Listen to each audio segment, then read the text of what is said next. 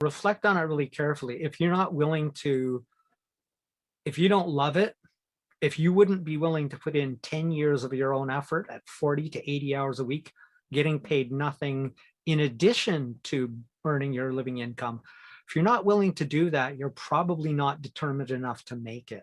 You Hmm. know, some people win in a year, but the reality is most people, most millionaires, most self-made people are in their 50s before they develop the sort of self-discipline and determination. So if you're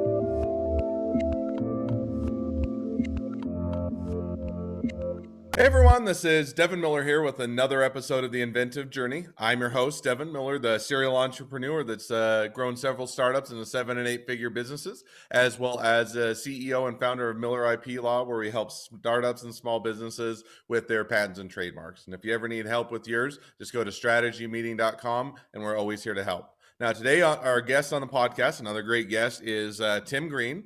And to give you a bit of a background on Tim, Tim was a bit of a lifelong inventor. So out of high school, went and worked for a living, did a few things, and then decided to go back to college and got a degree, graduated in early 30s, and then went to Asia for a period of time. And then parents got sick, decided to come back come back, help with them for a period of time. Then and then continued on with that. Went back to Asia, I think, and you'll correct me if I get it wrong. And then there was a round of layoffs.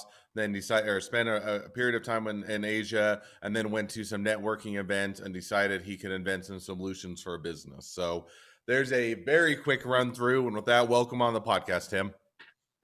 Hi, yeah, there's a few things that are a little different there. All I right. didn't come to Asia. I hope you don't mind, but I Oh, didn't come to you're Asia until after one of my parents had passed on. I had actually decided okay. not to come to Asia after university, given their health. So That I was just where it was stayed at. That's right. local. Thereafter, I ultimately, years later, after working again, Hmm. after university, I decided I would go and do my post-university stuff, which was come to Asia and teach, and I'm still here now. Awesome. All right. I appreciate the correction on that. So that definitely, No problem. definitely or whenever I get anything wrong, definitely let me know. So with that, I will. now I gave kind of the high level or quick overview, but take us back in a little bit in time with being a lifelong inventor and kind of starting in high school where you were finished high school and went to work, and then tell us how your journey went from there. Okay, well, I'll start quite a bit earlier than that, only to quickly though, and that is, um, I asked my mother many years ago when I had started basically destroying toys, taking them apart, seeing how they worked. Hmm. And her answer was as long ago as I can remember. So my Hmm. inventing probably started somewhere between 3 and 6 years old, I'm estimating, because Hmm. I can't remember back much beyond that by any chance. And then yeah, no, I went to university. Even before that, in elementary and junior high school, I was always interested in science and making things. Then went to high school, and then after that, I wasn't really that interested in university, so I just went and got a job, always still inventing. And then after a while, I decided that there would be some advantages to getting a university education. Hmm. So then I went back and did that But maybe degree jumping in. in just real quick. So between the high school and the university, when you went and did things for a period of time, what kind of jobs did you do, or kind of what did you start out your kind of working life doing? Oh, it was pretty ordinary. I started as a busboy out of high school, Hmm. did that for a while at a restaurant, and then ultimately wound up working at a factory, a big industrial machine shop where they made a wellhead. Hmm. After that, I ultimately got laid off from that job. That was another big layoff. The entire plant was closed. Hmm. And then from there, let's see, I believe the next I went to, I'm old, I'm starting to forget things. Um, I honestly, I can't remember the immediate job that followed that, but I ultimately wound up going to Lethbridge to university Hmm. after basically that's what I did. I worked in the factory, and then after that layoff happened, I just decided, well, I'd come to Asia basically about that time, Hmm. or sorry, go to Calgary. And then I worked in Calgary, but before that, so it was high school, job, university, then from Lethbridge to after university in Lethbridge. Then after that, I went to Calgary and just got an ordinary job again, printing Safeway flyers, your Safeway flyers, depending on which part of the US you're in. And then got laid off of that and came to Asia. So now, and one thing you kind of originally mentioned and then jumped over is that you also, I think, delayed Asia for a period of time while you had ailing parents or while you wanting to take care of them, and that kind of delayed plans. Is that right? Yeah, that's right. And so was, and first of all, I commend you. I think that, taking care of family, making sure you're there, sometimes it can delay things or slow things down, but definitely worthwhile to make sure you can be there and help out. So now we're going to go to Asia, put that on hold for a bit of time after things settle down and, that situation or resolved. Then you went to Asia. Now, what drove you to Asia and what did you do in Asia?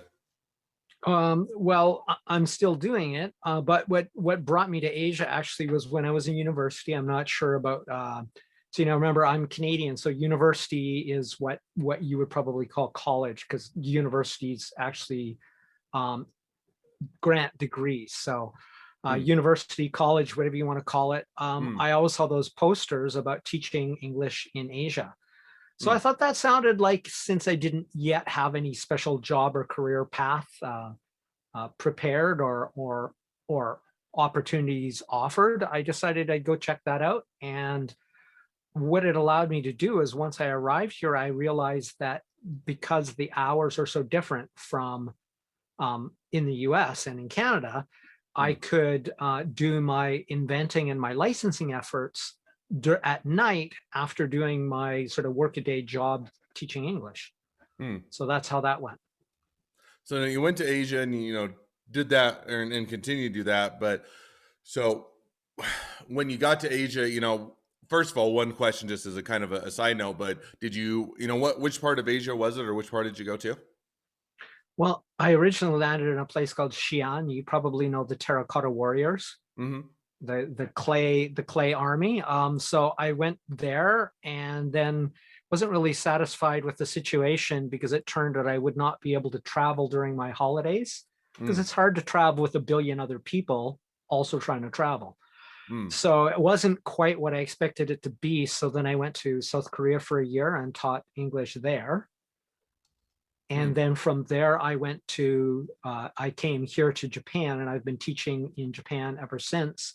And that was about the time I read the 4-Hour Work Week and saw something in the back that was about how to license inventions and products. So that's the reason I stayed, is I could make my living during the day and it wouldn't interfere with my entrepreneurial aspirations for licensing products. So, and I think you mentioned that you got into licensing products and you dived into that. Was that after reading the 4-Hour Work Week, was that a successful thing? Was it easy to license products? Did you find it was incredibly difficult, or kind of how did that idea start to play out as you put it into action? Well, in all honesty, I never actually licensed the product. Now in recent years, I've done some sort of trivial licensing, which because of the sales channels hasn't resulted in very much income. But it was challenging because it was based essentially on cold calling. So if I were to do that again, and I hope to, it will be done much more effectively in a much more sophisticated way. But yeah, it was just many hours of calling, reaching people, finding names. There's a lot of tracking down of humans who you'd want to talk to in relevant companies. And I almost became a millionaire, but not quite. And I realized and really gained a lot of humility that it doesn't matter even how good your products are necessarily, or the opportunity. It can sometimes come down to the decision or mood of one person. Could mean the difference between you being a millionaire or you just being an ordinary person still trying to grind out that success. So that kind of gives a bit of walking through your journey and kind of where you're at now. Take us, tell us a little about what you have going on today. You're still kind of doing the same thing. What are the plans for, the next 6 to 12 months, or kind of how are things continuing to evolve? Well, they have evolved because essentially I was doing everything I described, and I sort of put that on the back burner. And I actually worked for as sort of as an intern for an Amazon startup, and it did give me an opportunity to uh, learn about sourcing products from China and how that process works. Hmm. And some of the products that are on sale on Amazon through that company are still on sale, but their sales volume isn't all that significant. So I thought I'd learned everything I could from that experience, and then I moved on and was gearing up to relicense, but with more sophistication and social media sort of approaches added in when COVID hit. And then I Hmm. started to look at just learn about Zoom networking and that. And what came up soon after, about 6 months ago, really, when it crystallized, was okay, everything's going well. I'm growing my network. I find there's an even greater need for businesses needing the sort of creativity I have. Hmm. So now what I'm doing is I'm inventing business solutions. And the biggest struggle, not so much for myself, but for my clients is, well, so which industry do you work in? It's like I'm in taking my inventive creativity and my education, um, my neuroscience and psychology education, as well as a lifetime of learning how to learn and teach. And now I'm saying, well, hey, it doesn't matter what your business is. I've Hmm. helped lawyers, I've helped contractors, I've helped other consultants. So essentially, my expertise is in inventing solutions. So that's what, if you had to say a business, it might be more akin to business strategist or Hmm. business operations, but that's still kind of narrow as to what I do. It's like, tell me what you want to level up, change, or overcome, and I will give you a straight answer whether I can help you or not. But so far, I'm batting in the probably the high 90s on coming up with immediately actionable solutions for people. No, and I think that that definitely makes sense, and it sounds like an interesting area to be in. Now, one question, kind of to follow up on that just a bit, is while I get there are things that if you were to step back or have a third party or someone that had gone through it or had experience in it, definitely can add value. But how do you find or how do you get businesses to realize they need your services, right? Because that can sometimes be a bit of a half the struggle, or if businesses don't realize they need your services or aren't quite certain what you do, then it's having to do that educational aspect. So how do you kind of find your clients or find people that and help them to understand what the value you add and what services you offer? Right. Well, I'm still in that process. Essentially, what I've done is I've specifically focused on LinkedIn because it's more business aligned, and I've I've probably grown myself organically via LinkedIn, maybe gained about 1,200 new connections.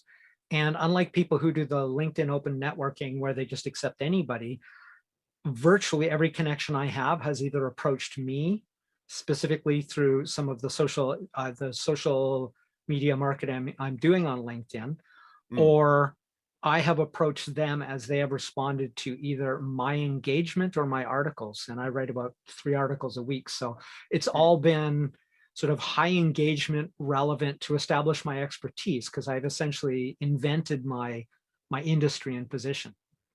Oh, cool.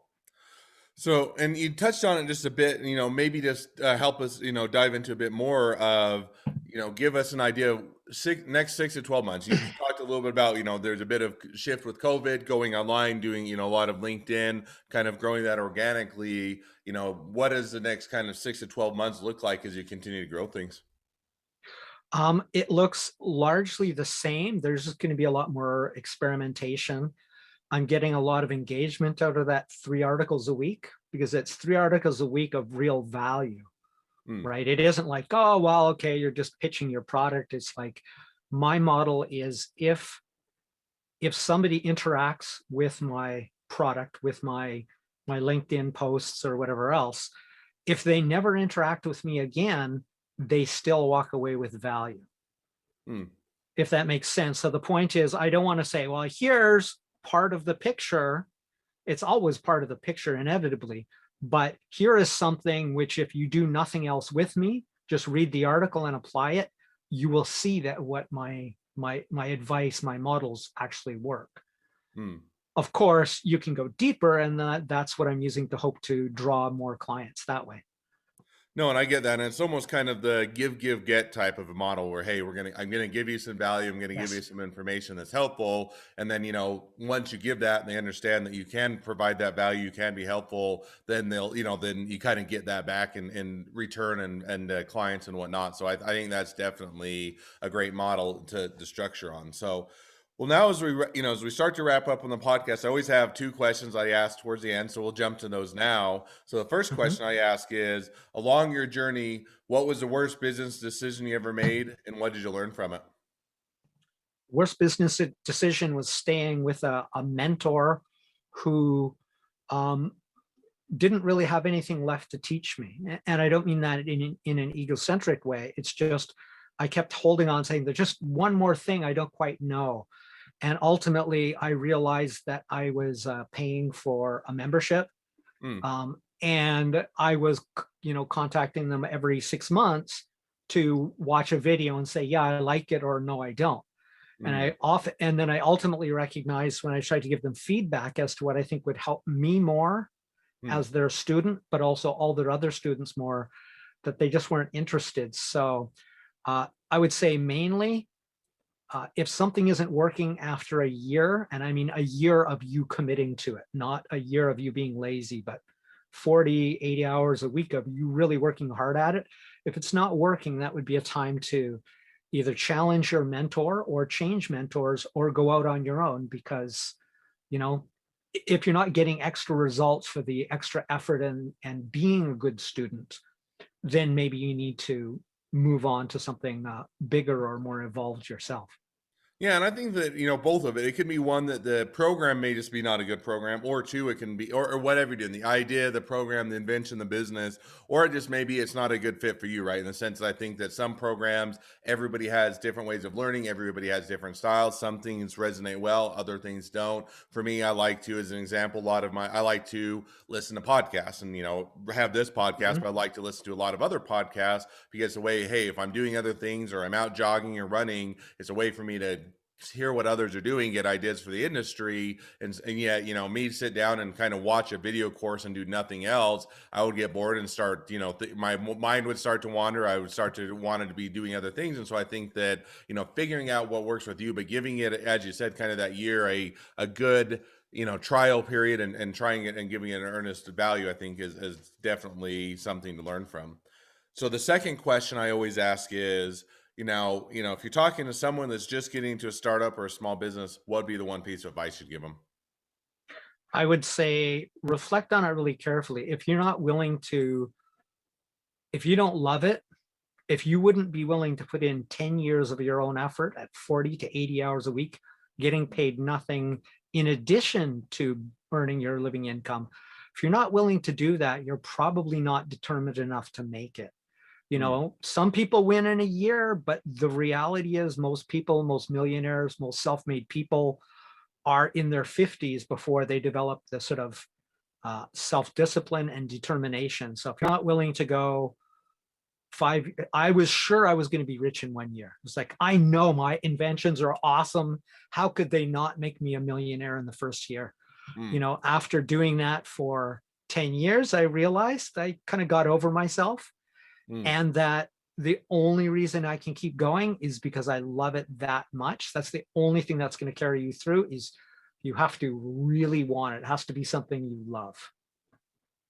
No, I agree. And I think that, when you're looking at, I think almost every entrepreneur, when you have that idea that you get excited about and, you decide that that's what I'm going to do, everybody always thinks they're going to be rich just right out of the bat. It's going to be because I think in fairness, you watch the movies, you read the books, and you always kind of get the highlight reels, right? You get the overnight success when it's really overnight success, 10 or 20 years in the making type of a thing, but you only hear that overnight success that is really a culmination of a lot of things. So I think that having that grit and determination and actually putting the time and effort to getting that, you know, willing to sacrifice a lot, put in a lot of extra time is the way that 99% of people get there.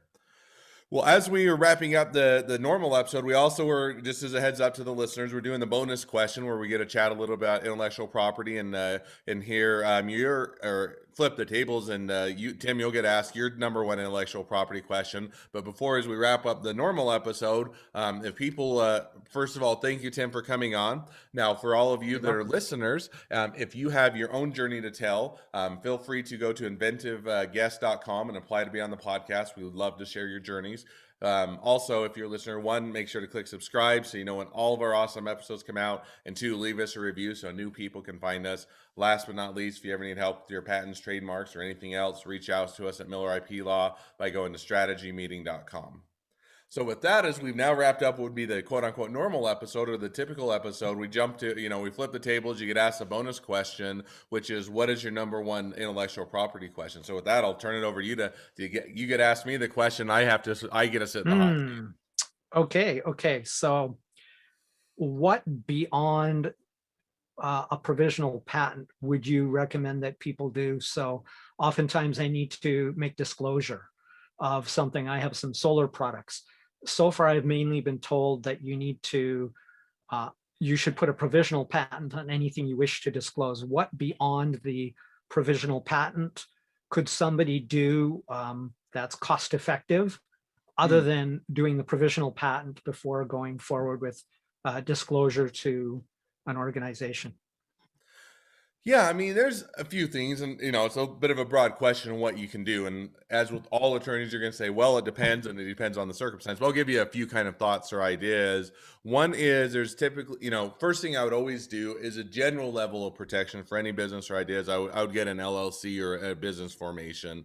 Really, the reason is not necessarily protect your idea, but to protect you personally, is in the sense that you don't want people to come after your personal assets or come after your life savings or your house or your cars or anything of that. So an LLC or a business forming a business kind of gives you that initial protection. So that's kind of protecting you individually as opposed to Evan, just, oh, go ahead. is that also true? Because in this case, I'm talking about my inventions, submitting them to large organizations and not wanting to have them stolen. So is it also true that in that case, I should make sure I have an LLC, even though I would be the licensor and they would be the licensee? I would generally, and it's always hard to give an exact without diving much more into the details than the answer lends it to. But yes, generally, it's not necessarily going to give you more protection on the invention as far as somebody copying it or otherwise taking it. That LLC won't do that. But what it would do is, let's say you have what you think is a great invention, you go shopping around, and all of a sudden somebody says, we've already patented that, or we already know something else, or somebody else Okay. sees what you're coming along and they say, you're infringing our patent, you're infringing our intellectual property, they file a lawsuit or anything else, then it protects you. So that's more of the motivation, is less on the protecting the invention for as you go out and doing it, but more Right. protecting yourself, such that if somebody else were to come along and say it infringes their intellectual property. Okay. Thank But you. the other couple things, so I would say probably on my list, or LLC is the first thing I would do. Strength of, how much you can protect an invention. Patent is going to be probably your best one. Provisional patent, and then a non-provisional patent application to follow on. The other things you can do is, an NDA, you can oftentimes a non-disclosure agreement that is going to protect that. Hey, if I disclose confidential information from you, you're required to keep it confidential. You also can't just go and take what I disclose from you and do that. They're not as strong as a patent. There are workarounds. There's I don't know, loopholes, but there are ways that they're not as a strong position, but I think they're worthwhile to get in, is to kind of bolster that position. A lot of times for general people, a lot of times you can get a reasonably boilerplate NDA that covers most circumstances, so you're not having to have a specific one every time, but I would definitely recommend that. The other ones are kind of more on the employee side. So one of the other things that you don't necessarily think of when you're doing an invention is who owns it. Meaning, hey, let's say I go out and I have an employees do it and, do the work and create it. I hire them, or it's an independent contractor where I go out and hire someone else to help develop it. And then you think, well, I paid them, so obviously I own it. That's not often the case unless you have agreements in place. And that can be usually for an independent contractor, it's an independent contractor agreement. And you have to lay out in an agreement, hey, if I'm paying you, I maintain the ownership, you have a duty to assign it over to me. If you don't, a lot of times they maintain ownership and it can create an issue later on down the road. And that's with an independent contractor. If you're hiring on employees and they're actually employees of the company is a little bit better, but you'll still want to either in an employment agreement, you can do or put it in as part of the employment agreement, or you can do what's called a CIAA agreement, which is a confidentiality and assignment agreement. I always forget what the I is, information. I can't remember what the I always stands for. But that one's going to be another agreement that you can then be able to offer so that you protect it that way. As far as going out to the public, really, NDA is going to do it to show other people as you're trying to license it, patent application or a provisional or non-provisional patent application. And then the general thought or idea is judge the part. The best way to protect your invention is to understand who the party is that you're disclosing it to, right? Meaning if you have to go out and enforce an NDA, you have to do a patent application, or go out and enforce your patent. It's going to be costing and take you time and effort away from the business. And so the best thing is to, while you can have those in place, is to just judge the party, do your homework on them, understand what they, what have they done deals before, how successful, do they have people that, talk with other people they worked with, have they liked working with them, have they not liked working with them, and kind of get a gauge or a feel for the parties you're disclosing it. If you don't feel comfortable and they're not a good party, don't go tell them your invention, or don't try to approach them. And on the other hand, if they're going to be a great party, that's honestly going to be your best protection. So those are a few thoughts and ideas, and I could go on a lot longer, but we'll wrap it up for the question to your answer to your question. If you or anybody else has any other questions about intellectual property, as I mentioned before, feel free to go to strategymeeting.com, grab some time with us to chat, and I'm always happy to discuss things in much greater detail. And with that, we'll wrap up. Thank you again, Tim, for coming on. It's been it's been a pleasure. One thing I didn't ask, and I should have, and I usually ask at the beginning, and I got so excited to get to the intellectual property question that I forgot to ask you. If people want to reach out to you, they want to find out more, they want to be a client, a customer, an investor, an employee, their next best friend, any or all of the above, what's the best way to connect up and reach out and find out more? Well, the easiest one to remember is just solutions-mastery.com. And they should actually put that into the search bar rather than the search engine, because that will actually just point to my LinkedIn. So they can go Tim Green or Tim B. Green on LinkedIn or timbgreen.com. They will all link directly to my LinkedIn. And then we can chat there and set up a Zoom one-to-one. All right. Well, I definitely encourage people to check Tim's LinkedIn profile and use the link that he provided. Find out more, and definitely if he can support and help your business, sounds like he's a great he can provide some great consult and great ideas and invention. So with that, we'll wrap up the podcast, and I'll wish the next leg of your journey even better than the last. Well, thank you very much, and you too. Take care.